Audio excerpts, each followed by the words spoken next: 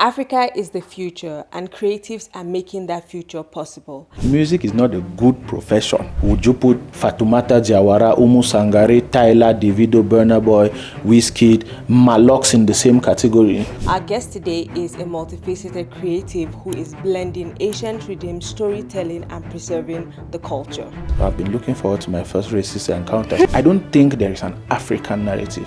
I think it's kind of dismissive when the world thinks that Africa should have a narrative. We are functioning in some sort of matrix, which is a colonial trauma response. I read Children of the Crocodile Egg, and I have so many questions. Oh my goodness. Is Labam's story an auto-portrait of yourself? It's true that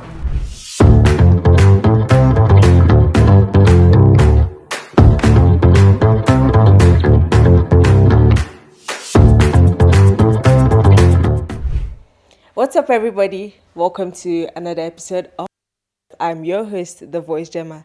And just like every other episode, we have an amazing guest that we look forward to the conversation with.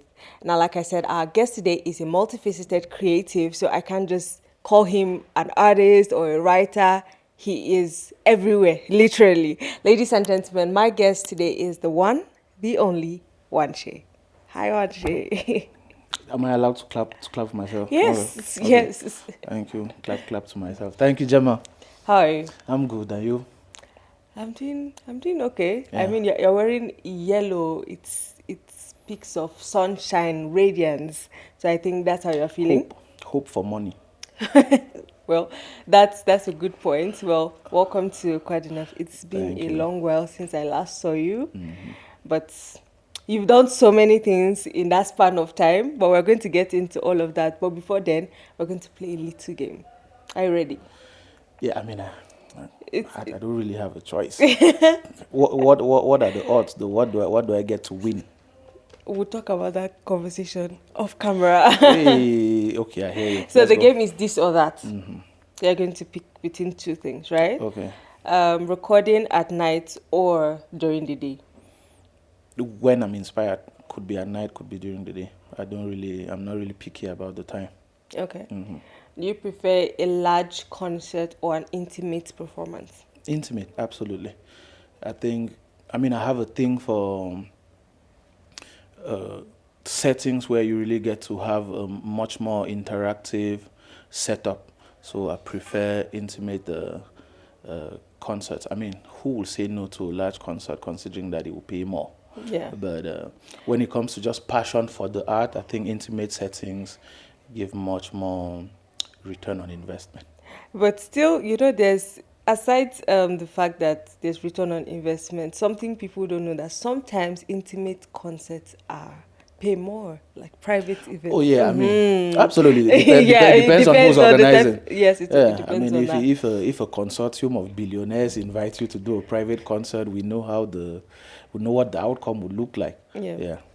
So, do you prefer solo titles or featuring? It's true that I've done more solo titles than features, but I prefer features. Okay, why is that? There's always like, first of all, it's less work. I'll be honest, way less work because you just do your part and you move. But there's always it's strange and might even sound stranger when you get to explain it. But there's always a certain sense of unity you attain after you put together different elements. The same as if you're recording a voice and you start blending, you always get to a point where all the voices sound like one. They are not one, but they sound like one. So I think that creates something, and it also speaks to like diversity. Actually, you understand, when a lot of cultures come together, get intertwine with each other, form like a melting pot of cultures. What is always the result is something much more beautiful, something that stands atop of individual cultures, and that's the beauty of human relation. Now, you just spoke about how you love or the unity that brings together, in featuring. Is there a particular project that you featured on that is like currently one that is your favorite? The last featuring I actually did was Vignora's Bamendia, the remix. And I mean, it's my featuring because it's the one I remember right now. But it's my favorite at the moment, actually. Sorry. So that is my favorite, and I really had a lot of fun doing that. And the story of how that came about makes it even more special for me. Okay. Yes. Well, we'll get into that. Let's finish our game. So my last question on this or that, do you prefer local appeal or global appeal? Local appeal as a pathway to getting global appeal. Like I don't necessarily want one without the other, because local appeal is what actually grounds you in culture and cements you into a history you already want to be a part of. Yeah. And that in turn, and now when you face the global scene, that becomes your validation. Though that crowd becomes, they represent the signatures that are actually co-signing you to go and represent them. So that comes along with much more responsibility, validation, and just a general sense of I don't make up. Now, I brought up that question because over time there are some artists that you'd hear that, oh, they're globally known, but locally people don't really connect with them yet. And like they are aiming more for the global stage than they are for, the local relevance and all that comes with Yeah. it. And that brings me to a question that I want us to open the conversation with. There was the VMA Awards, and there's just a category for Afrobeat, right? Yeah. And I know that over the years, all these platforms have wanted to include Africa in the conversation, but then it has been boxed down to just Afrobeat, whereas we have so many more, genres, but we are just focusing on Afrobeat. And this artist, the South African artist Tyler, won for the second time on the Afrobeat category, while she's not an Afrobeat artist. But then it keeps on happening, whereas there was a whole conversation last year as to why they are not opening, where there are no more doors for, more genres for African artists. Now, my question for you is, do you think that it is time for Africans to be able to create their own platform that gives them the relevance that they don't need to go seeking in all those international platforms? Totally. And okay, let me try to unpack the situation a little bit, because I think the Western world considers Afrobeat as a substitute for pop, what they would call pop music. Yeah. They now use Afrobeat as an umbrella term to then bring in everything they consider African in terms of music. So, and that in itself is a huge mistake. But there's also a game of words that is happening there, because there's Afrobeat ending with BEAT and Afrobeat ending with I think it's BIT or something. Yeah. And I've heard some music scholars try to break that down, and their idea is there is one that is actually a genre in itself, and there's another one that just represents a general movement. And the Afrobeat that ends in BEAT is just a general movement, and a general movement of a particular era, and that's like the Davido, Wizkid era of music. Because what Wizkid does is not the same thing Davido does. Yeah. If you want to consider genres, you probably won't put all of them in the same box. Even Burna Boy too, you won't actually put all of them in the same box, because what they do is slightly different and inspired from different genres. But if now we're talking about the politics of music, classifying African music under Afrobeat is a huge. The term doesn't really carry the essence of what African music is, because you won't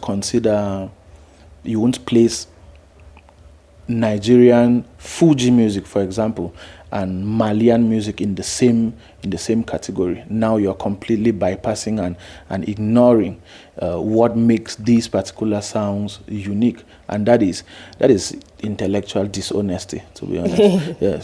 So in that sense, I think you really have to consider what the different sounds represent. And music is not just a standalone thing. Music is something that is rooted in a specific culture, and what a sound sounds like is representative of the state of mind, of the general atmosphere, and just the general ambience of a people, a specific cultural group. So you cannot just box people under one label and then present it to the world as if it's just one place. Africa is 54 countries. Calling their music Afrobeat it's very complex. It raises a lot of semantic questions. Yes. And to some extent, I feel like they are doing it intentionally, because for years this conversation has been had over and over and over again. Yeah, it's absolutely it's absolutely possible, because now the world, thanks to social media the world has reached a point where inclusivity is a thing that is looked as a badge of honor. So organizations want to be able to stand in public and say we are inclusive as an organization. Yes, it's just like a box that they check. So and once that is your motivation, when you just want to represent something, but you don't actively want to be representative of that thing, you now get into this lane where a lot of word games are being played. But it's very possible that it's intentional, because they don't bother to actually do the research. Because, for example, look at how huge Amapiano is. You cannot just call it Afrobeat. Tyler is an Amapiano artist. You won't just call her Afro, just box her under an Afrobeat category. Now, what's the difference? So if you put them in the Amapiano category, would you put Fatumata Jawara, Umu Sangare, Tyler, Davido, Burna Boy, Wizkid, Malox in the same category? Doesn't make any sense. That it's too many genres, too many cultural differences that you have to be able to point out and give their respective At the same time, places. I feel like we have a hand in that, because we are all about the excitement that comes with, oh, I got nominated in the Grammys, I got nominated BET, VMAs. Do you think, from your own perspective, do you think we have a hand in giving those platforms so much relevance, or we seek so much validation from them than we do, or than we create or implement systems in our own place to be able to, validate or celebrate our own music, our own culture? Yeah, I mean, yes, I think so. And my reason is that we are functioning in some sort of matrix, which is a colonial trauma response. That's what I think, because this is my own explanation as to why Africans are not really able to create things that are theirs and really identify with those things. Because when you think about it, when during colonizations, countries like France will come to Africa, and France will treat its African colonies as if they were just French cities outside of France, as if they were just an offshoot of France. So nowadays you see, for example, French-speaking Cameroonians who pride themselves into speaking better French than their own language.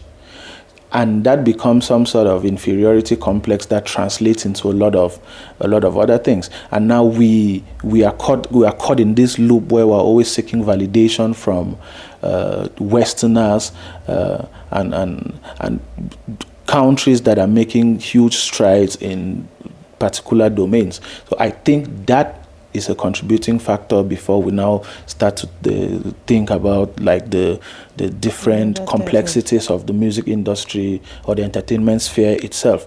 But to me, that is a contributing factor, and we are still suffering under some sort of inferiority complex, because why Why is the BET? I mean, I understand its importance, but why is the BET more important than Canal d'Or to a Cameroonian? Why? I don't get it.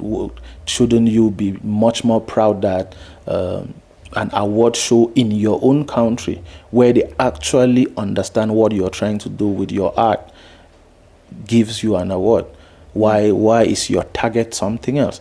And you see, it's only in and I think it's just like an African thing at the moment. It's like a thing with cultures that were colonized, because when it's true that China was colonized too, but you look at them, they've been able to break free from that, and the entertainment industry in China can survive independent of any other continent. Like a few days ago, I was watching a show in South Korea, a show by this artist, Psy, the guy who sang Gangnam Style. The show was like when you see his show, it looked like a religious crusade in Africa. You know what religious crusades can look like, which is a weird comparison. But you get my drift. And you see a show like that, and you realize that those people, that their industry will survive independent of Western validation and all the rest. And instead, the West is trying to get into those spaces and try to see how they can work in collaboration with them, because they already have something going for them. But if we Africans keep looking to the West, it now becomes a problem. We've even seen a situation where, sorry that I'm ranting, but we've even seen a situation. We remember when Davido was signed under Sony, and his sound changed immediately. But after a while, he himself realized that was not it. And he had to come back and start doing music that actually resonated with the core fan base he was able to cultivate from the very own start. So, yes, sorry for the rant, but that I wanted to start from the beginning. Well, it makes a lot of sense. Now let's come back to you. Okay. We've spoken about everybody else. Let's bring it back to you. Now we're in a world where one hit wonder, just like what we're talking about, one hit wonders is like the most important thing for many artists. But you have been able to focus more on storytelling and also going back to your roots, and also trying to, tell the stories that probably have been forgotten, and use the sounds that might not be appealing to, the global relevance that everybody is looking for. How were you able to come to that point of, this is what I want to do, this is how I want my sound to be, this is how I want Wan Shey's artistic approach to be? I mean, I wish it was some intricate master plan that I put in place. I wish it was. I really wish it was that. I wish I could say I sat down and I plotted and I planned that it was going to be like this, but it wasn't that at all. I've always had an affinity for culture and cultural sounds ever since I was a kid, and when I started making music, it was but natural that I had to try to tap a little bit into that passion for a certain aesthetic, for a certain sound. And I decided that, okay, I love hip-hop, but I love traditional music too, so I'm going to try to see what I can get if I keep putting them together in one way or the other. And the journey on its own is very enjoyable, because it's a lot of experimentation. And 90% of the time it fails, but the 10% of the times that it works, it's beautiful. So that's where my idea came from, and I've been inspiring myself as I've been experimenting. Like, I just decided, okay, I'll try, and the more I try and fail, I'm like, okay, maybe I should do it this other way. So it takes so much of your time that you don't even realize that you've been trying and failing for 5 to 10 years. Then luckily you get a song that really resonates with people. Could be a song, could be a book, could be poetry, could be anything, but you get something that really resonates with people, and it now emotionally validates all the effort you've put in for a very long time. Yes. Okay. So if you were to describe who Wan Shey is through your creative universe, how would you describe that? Yeah. How would I? That's a really good question. I've never thought about that. And the only answer that, like, trying to get an answer is just as chaotic as the answer itself, because I've never thought about it that way, because I just do what I feel like doing when I feel like doing it. Like, I always try to, I'm always seeking for the next level. And the next level could just be technical. I could just decide, okay, I just want the sound to be better. I want to work with more musicians. I want to work with more vocalists. Or it could be inspirational. I could be like, okay, I want to appeal to more people. I want to share stories that I've not shared before. I want to paint narratives that I've not painted before. So to me, it's always just a constant looking or listening to what I've done already and trying to not necessarily improve, but just trying to do something else. So my process, my universe is just one of whole lot of experimentation, conversation, actually, because this is how I get my inspiration: sitting down, talking to people, getting ideas, debating. For some reason, I don't know why I love debating in private, not in public. So if we were to organize a debate show I now, will not be there. Why is that? I'll come and watch. Okay. To steal ideas, steal points of view. Most definitely not participate. Why is that? I mean, it's always, could be cowardice, but it's always better to just watch from afar. It's called, there's this funny thing I was reading yesterday. It's called the actor-observer bias, where if something bad happens and you're the person concerned, you will blame different situations. For example, if I came late to work, I will blame traffic. But if somebody else came late to work, I will blame their behavior. Like in my case, I'll blame an external factor. In their case, I'll blame them. So that they're a bad person. So it's always nice when you're watching a debate from that nice hypocritical window. You're like, yeah, these are terrible debaters, but you don't have the courage to participate. So it's some sort of virtue signaling, which is, people say it's terrible, but it's nice when you're looking from the background. It just also reminded me of something where somebody says, like, when we are watching something from an outside perspective, right?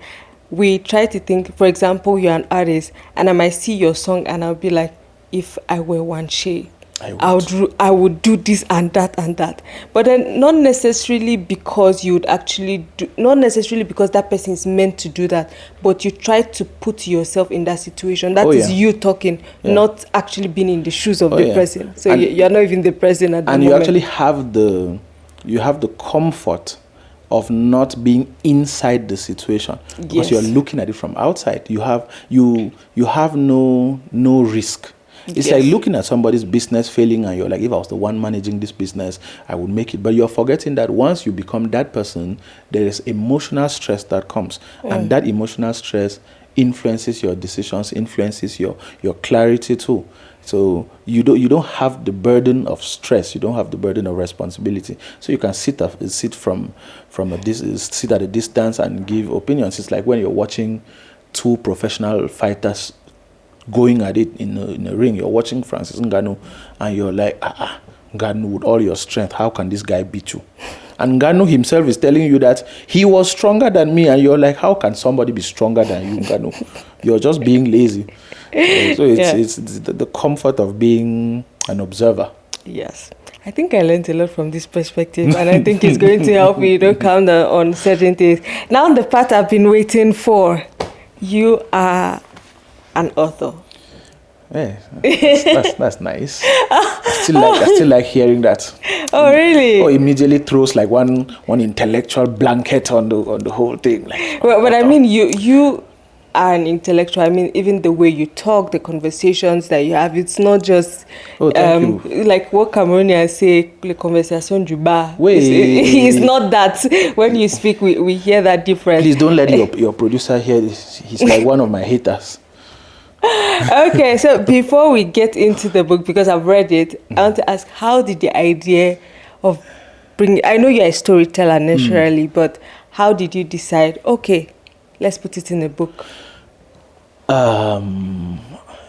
So before I decided to make music, I was much more focused on writing. Actually, okay. I wrote a lot of. Sounds like the cliche origin story of every artist, but it's true. I was much more focused on writing, a lot of poetry. Actually, I wrote a lot of poetry, then prose at some point, and growing up in the phase where the Jay-Z's, the Lil Waynes, the 50 Cents started popping up, and hip hop became like a huge thing, especially in the village where I grew up. I was like, this could be a nice way to translate the stories into something that has a little bit more zest, a little bit more swag. I mean, when secondary school, girls love musicians and all the rest, so I was like, yeah, poets don't really have the same aura that musicians have. I was like, maybe if I switch from poetry to music, this could increase my rating on the aura meter. Yes, I just created that word. Don't steal it. Aura meter. That's a nice word. And so I switched to music, and I've been doing a lot of music since then, but I've still been writing. Short stories, poetry, articles that for some reason I don't publish. But at some point I decided that, you know what, time to start putting these stories out there. I dropped 2 books at the same time, because there were stories that I'd already finished, and I said, okay, let me put these out there and see what the response would be like. And I've evolved into a lover of Pan-Africanist thought, if you can put it that way. Okay. Pan-Africanist thought, and I think this is the time where original narratives have to be told. Absolutely. If you're an African, whether you're from Cameroon, whatever your tribe is, this is the time to actually start prioritizing your own original stories. And I think it actually goes to counter what you mentioned in one of the questions, the fact that we always feel like we have to appeal to the West, we have to get validation from them. It's because we don't spend a lot of time painting our own narrative, telling our own stories as they are. And so that's my motivation for the books, the poetry that will be coming up soon, and the music that will be coming up next. But that is the direction that I really want to take my art towards, and it's some sort of engagement won't hurt. Okay, now I read Children of the Crocodile Egg, and I have so many questions. Oh my goodness. So many questions. Oh my But goodness.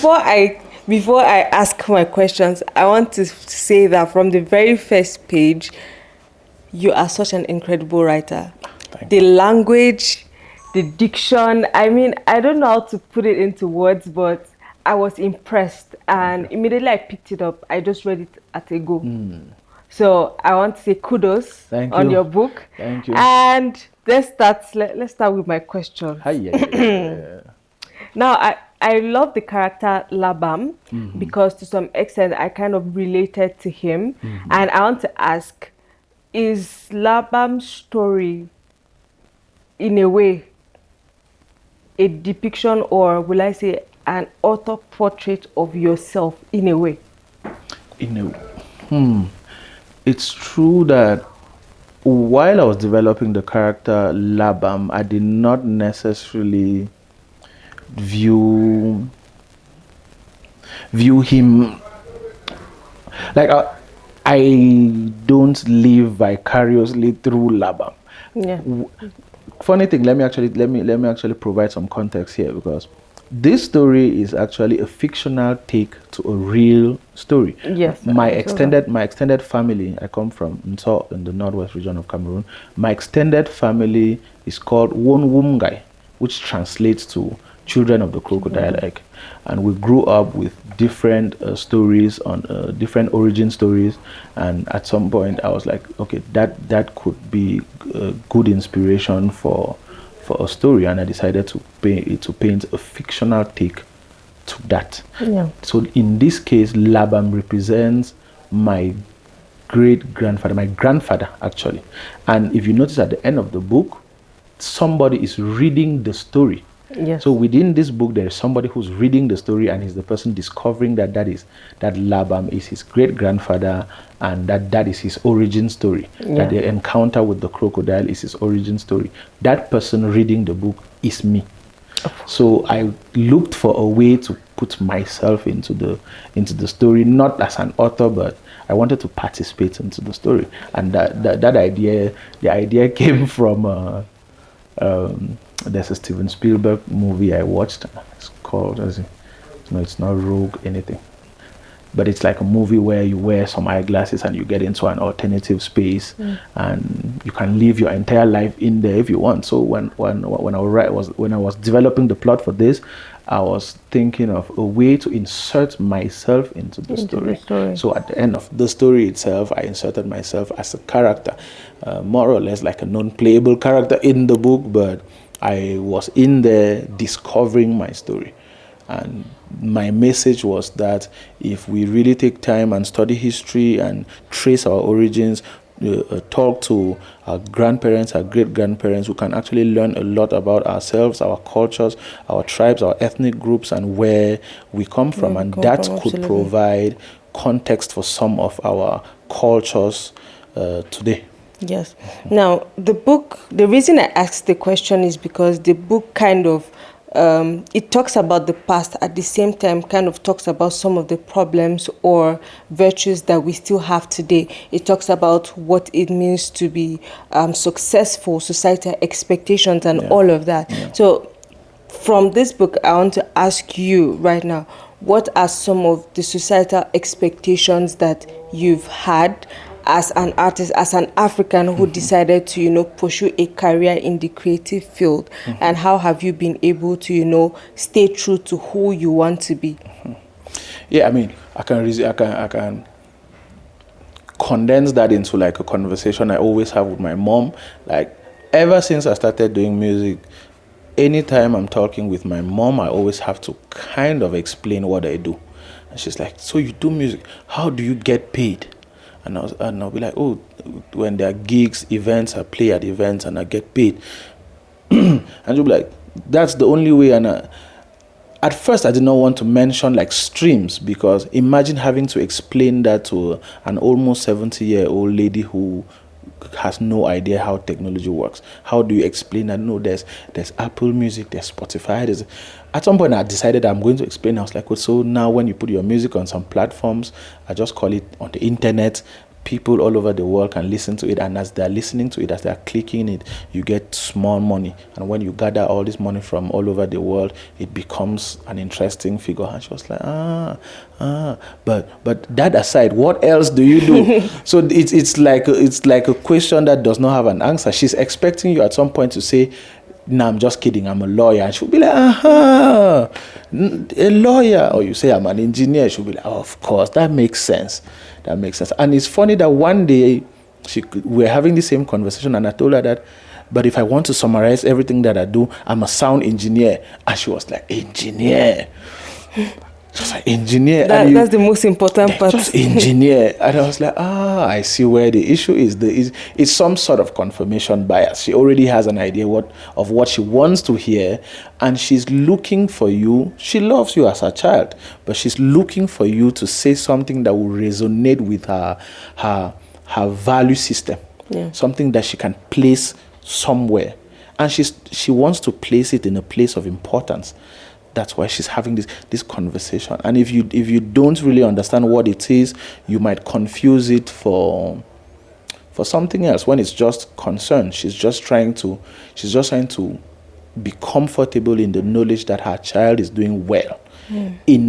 Now she just needs you to explain that in a language that she will get. And our parents speak in engineering, speak lawyering, speak doctoring. Any other language in terms of academics, it's like, okay, cool. But yes, that's the idea. Now, the story in summary talks about, the man who, his father had a great life, and everybody expected that after his father is going to take up the mantle to be the greatest hunter, but every time there was this he was having this struggle with his mind about who he wanted to be and whether he wanted to, continue being who people expected him to be. And the encounter he had with the crocodile was like a life-changing point for him, because it was a moment that he could have been seen as a hero, as a success, and all the shame would have been taken away, but he decided there was something more to him. So what would you say success is to you? What does success or heroism look like to Wan Shey? So let me actually finish my previous thought on the previous question that you asked in terms of societal expectation. That anecdote about my mom was just me trying to say that at times society is expecting what they want. They have a goal, they have an idea of what they expect, and they expect you to fit into that goal. Like, our parents want you to be rich, but they want you to be rich through a process that they recognize, that they can trace. And that's like, you can already tell that it's an intersection of cultures and eras, because of generations actually, where an old generation does not necessarily understand the economic dynamics of the newer generation, and that's why it's always difficult to be able to communicate with them properly about that. But now I think after some time, especially after the book, my mom kind of understands what I do now, because she saw the book and she was like, so you write, it makes sense, you're a writer. And that makes sense to her. So I was like, okay, so you just needed me to do something that you can see physically. Because to have music, it's not a tangible thing. I need to be able to see what you create or what you're doing. If you're a doctor, I know that you operate on people, like there's contact. So they're looking for that contact. And now, in terms of success, and what I was trying to do in the book was just paint a much more comprehensive but complex picture of success, because we tend to define success without nuance. And it's not a thing that you can box, because success means different things to different people. Like somebody who's worth 10,000 francs CFA, if they suddenly make 500,000 francs, that is success. You can do that with any amount of money. Somebody who has not been able to conceive a child, if they suddenly are able to, that is success in their eyes. But success means different things to different people. And in the book, I was trying to paint a picture where somebody is provided with what we would consider traditional success.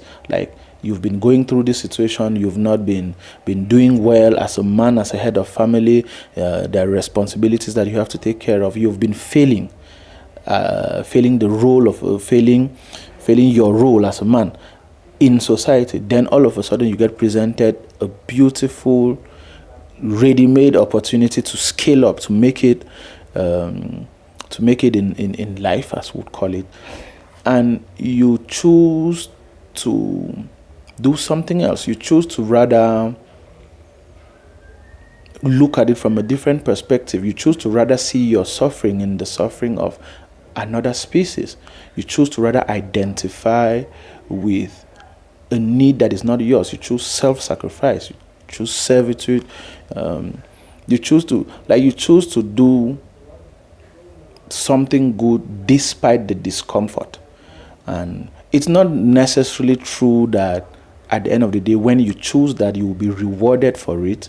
But I was just trying to paint the fact that is an option. You can be presented a situation and you choose to choose sacrifice, like Jesus, kind of. So my question is, what if nothing happened after he let the crocodile go? Same thing. Like, to me, the ending, the result is not actually important. The result is not actually it's important. It's actually the action you take. Yes, because it is not the result that changed him. Yes. It is that action that changed him, that influenced him. And I believe that even after that action, he would have found some form of success, some form of happiness, some form of achievement, because he had unblocked a certain part of himself. He had learned how to live with himself. And with that confidence, that self-assurance, that knowledge that it's fine, I have done my best, I too deserve good things, and I can be proud that I sympathize with other people. Good things will come to you. The world is not a stupid place. Good things will come to you. So his success happened when he was able to put himself in the crocodile shoes. That is a very weird thing to say. That is a very weird thing to say, like, crocodile wearing like some nice Crocs. I mean, that makes sense. Crocodile wearing Crocs makes sense. So it was the success happened at that point when he realized that, and there was a mindset change, there was a mindset shift. And with that, you can achieve anything. You can achieve anything. That's just like that's the boundary between I cannot and I can. Absolutely. Yeah. And I think this book came in timely because we live in a society where there's so much pressure, and every young person it's all about, oh, I have to make it, or I have to blow. Especially as creatives, we're having more creative jobs, and everybody's about, let's make it fast, let's get the money, let's get the recognition, and nobody is all about what do I have to, put in, what's the effort I have to put in, and what is the sacrifice I have to make, and also who am I? Because I think that also answered that question. He had been struggling with who he was. Yes. And I think that interaction alone helped him to come to terms with who he was, be comfortable. I think that point, to me, even if I had ended the book at that point, I would have still been happy, because there was so much to have learned from just that interaction. Yeah. And even though he knew that there were going to be consequences, people were not going to believe him. Who was going to hear that he let a crocodile go? Are you okay? Yeah. That was your chance for people to, see you and say, oh, you are, at least you are not ashamed to your family. Absolutely. And I think even families contribute to that whole pressure of, oh, you came from, your father was this, so you should, continue the family legacy. And I think this is a book that every young person or old person should read, because it's going to open up your mind. Yes, I know there are the other distractions of crocodile, of meat and all of that, but then there's so much more to learn from this, and I'm looking forward to, every other thing that you're going to write. Thank you. So maybe Crocs might be looking at this. You might want a collaboration with him, because because that would totally go in line, would be interesting. So would we be having more books coming up? I thinking of doing more based on the reception that you've had based on the book. Yes. So I'm going to be doing a lot more writing. Okay. But I'll be playing around with the different genres too. Like, I think I'm going to do some poetry next. Okay. But now I'm looking for the best approach, because I have silent beef with the kind of poetry that we were forced to study in school. So I'm not trying to write the next Sheldon book of verse. The audacity of me to even think that I can write that. But I'm not trying that. That's not what I'm looking at. I'm looking at what is if our context could speak, what poetry would it write? What would its poetry sound like? Like if the regular Cameroonian decided to write poetry, what would it sound like? Like what is the regular Cameroonian's idea of poetry, or what are their poetics? What would they want to hear? What would they want to write? And how would they want to write it? So now I'm much more interested in communicating with my fellow brothers and sisters in the way they want to be communicated to. Makes a lot of sense. Or with. So that is what I am looking for first before I decide to pen down anything. But I'm looking for a way that I can talk to them in a way that they want to be talked to, that I can even represent them in a way that they want to be represented. I am not trying to write my poetry or my next novel. at them. I'm trying to write it with them With and them. for them. Absolutely. So, so this is going to be another journey for me where I'm going to apply my same methodology, try and error, write and déchirer, write and déchirer, write and déchirer. Yes. Yeah, and you just reminded me of something I've been seeing lately. In our previous conversation, you spoke about how this is the time for Africans to be able to share their narratives, tell their stories, and it's important for our stories to be for us, by us, and with us, Yeah. because no one is going to come from anywhere Not to at come all. and tell your stories. Not at Even all. if when they come to do it, they always alter Yeah. it. They wouldn't tell it the way that it's meant to be. And then years will pass by and our history is scrapped out because we do not know where we come from. We don't know how things are meant to be or how things used to be and how we are looking forward to the future. We are not saying the future we shouldn't evolve, but also carry your history along, with you. And this is really an interesting conversation because with the influx of everybody moving towards global relevance or what are the whites saying about me, we have to appeal. Even in the dressing, we have to appeal. Not saying you shouldn't have style, mind you, but it's also about being able to be true to yourself, just like the book. I'm still coming back to the book because there's so many lessons that I picked from it, and I think it's not just going to be something that I remember because of the book, but also incorporate it into my life, into the choices that I make, how I show up in the world, or how I put out my creative work into the world. Now we've been talking a lot, so we're going to play another game. That's cool. Rapid fire. So the first thing that comes to your mind. Oh my goodness. The first thing that comes to your mind, but the one that wouldn't take us to jail. Let me be specific. No, see. Don't change the energy. You said rapid fire. Maintain the energy. Rapid fire. Okay. If I wasn't a creative, I would be. Oh, I'm sorry. You said rapid fire. Lecturer. Always wanted to be a lecturer. Oh, seriously? Yes. Technically studying to be that already. So. Oh, that's nice. I think I'll like it. What course do you want to study? I don't know whether I should go back to school. Nah, you probably. I'm not sure anybody needs it, but creative writing. Who does it creative need? writing in the context of post-colonial societies. That would be my ideal course. It makes And a lot of sense. A little bit of music. Like my idea is how I can use my cultural research, not just as a writer but as a musician, and put together a course where Cameroonians can come and learn creative writing, but within a context that they understand and with examples that they understand. Like I want Cameroonians to learn creative writing in a way that speaks to them, in a way that is theirs, So that's me, because as you mentioned, Africans telling a different narrative. I actually disagree with that, because I don't think there is an African narrative. Africans, it's 54 countries with thousands of ethnic groups. It's almost impossible to just create an umbrella narrative for all of these people.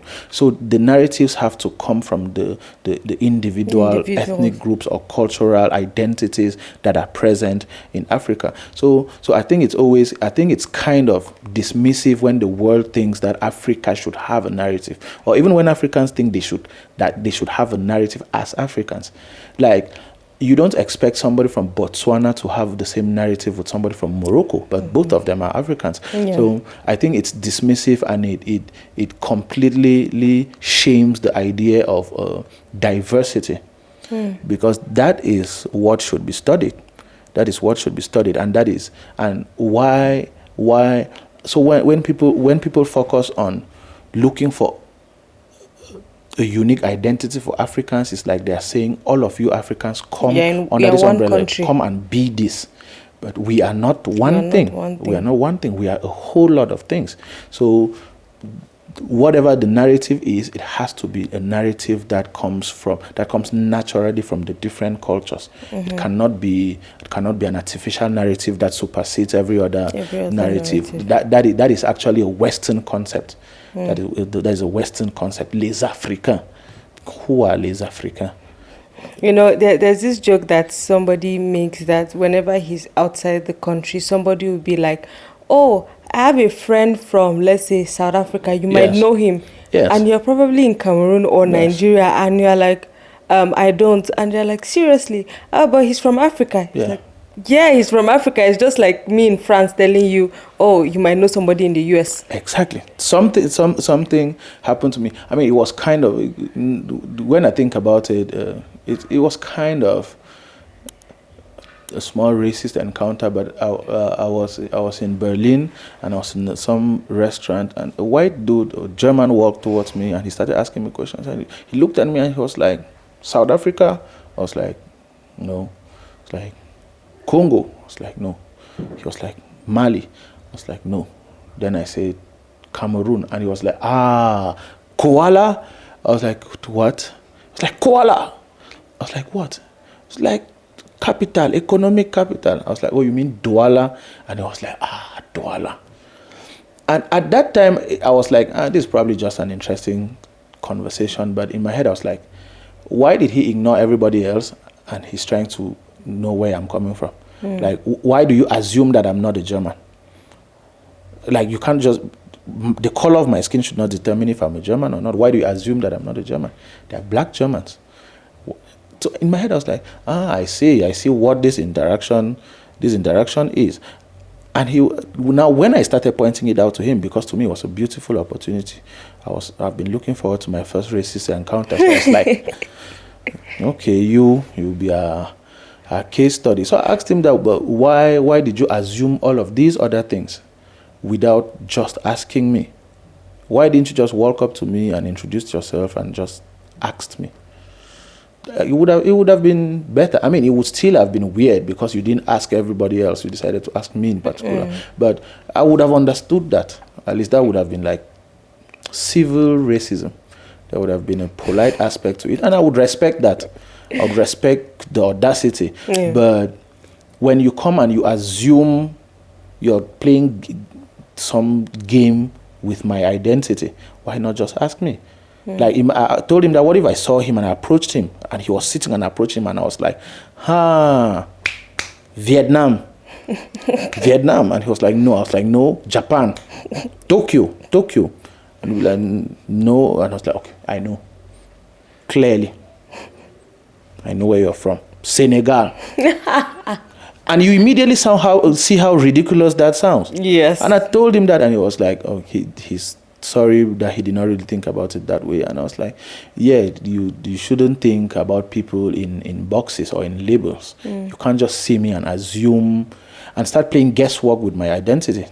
You want to talk to me, come and talk to me as a man talking to another man. Human being talking to another human being. But these games are the reasons why blacks will say Germans are racist, or this person is racist, or that person is racist, or a black will say Americans are racist. But those generalization games don't help anybody at all. Because if I saw you, I walk up to you and I'll ask you, if I really want to know where you are from, I will ask you. Yes. And I'll apologize. But I'll ask you if it's that important for me. That important, yeah. So our next question, before I go on stage, Water, loads of it, and I jump up and down because I'm always terrified. Always. Like, the more I perform, the more terrified I am. Well, it's probably shameful, but it's true. I'm always backstage rethinking my life choices. Why didn't I just become something that needs no public engineer? Something but that you've refused to let your mother be happy. So, I'm here, I've decided to disgrace my mother. I'm here doing weird things, but I'm always quite terrified of stage performance. But when you go out and you're lucky to have a good, responsive crowd, it's a beautiful feeling. Yes, absolutely, always. So when I'm nervous, I read. That's nice. Yeah, I read. Absolutely. When I need inspiration, I read. Yeah.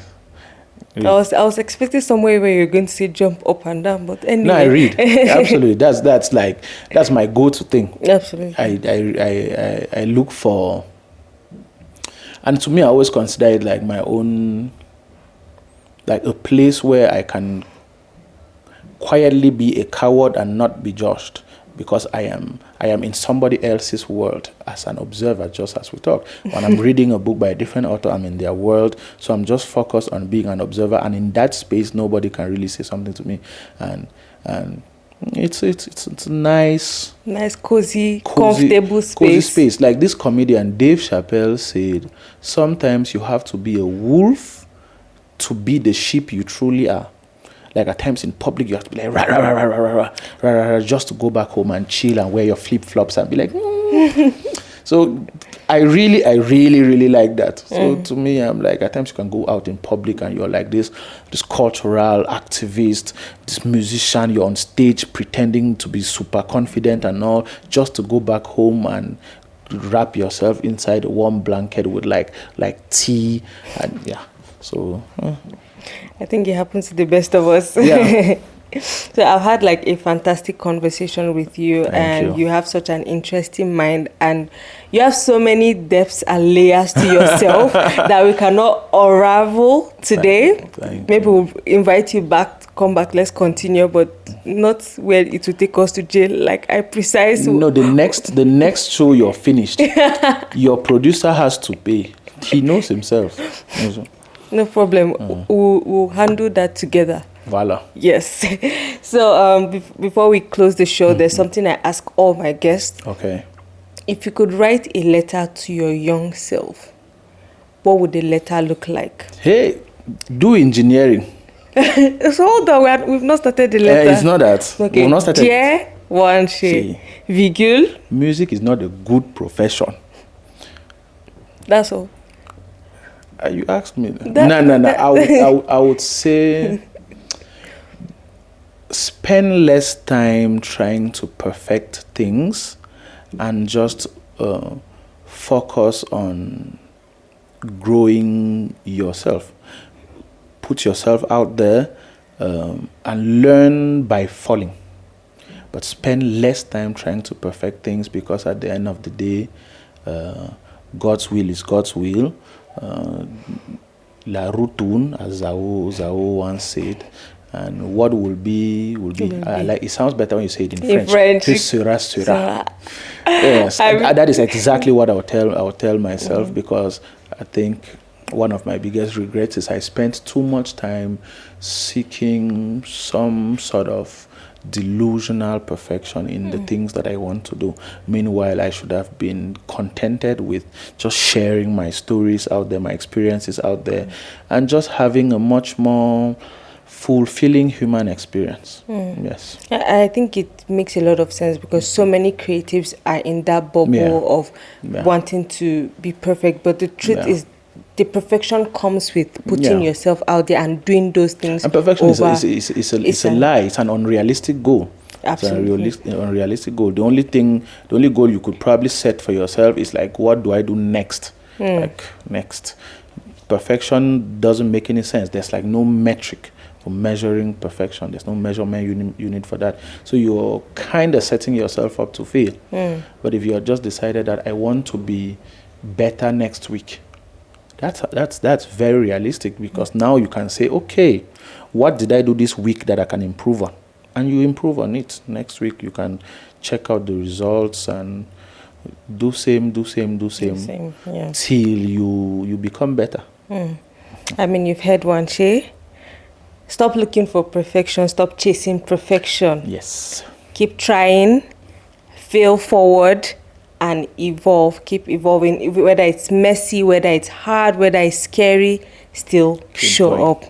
Thank you so much for coming to Quoi de Neuf. I had so much fun, and I hope that we get to hear more of your work and see Yes. more of the things you get to do, your Absolutely. poetry, your music, your writing, everything. Yes. We are here for it. New because music coming up soon. Sorry for the shameless plug. as far as I'm not featured on the music, just leave the music. We'll cut this part out. Aya. Yes. Oui. So we can discuss my featuring. Pourquoi les Camerounais sont comme ça? Are you sure I'm Cameroonian? Anyway, thank you so much. Nice one. Thank you so much for coming to Quoi de Neuf. Thank you. I just want you to remember that there is something inside of you that the world needs to hear. So keep on showing up and keep on sharing your wonder with us. Thank you. Okay, guys, catch you on the next episode of Quoi de Neuf. Make sure you watch, share, comment, subscribe, and tell us what part of the conversation you enjoyed the most. What are you expecting to see from Wanshey? And also, do not forget to get his books. I think at Jolly Life Books, right? Yes, Jolly Life Books, or just get to Wanshey on any social media platform. And I am delivering the books myself. That's a perk. You get to see your star.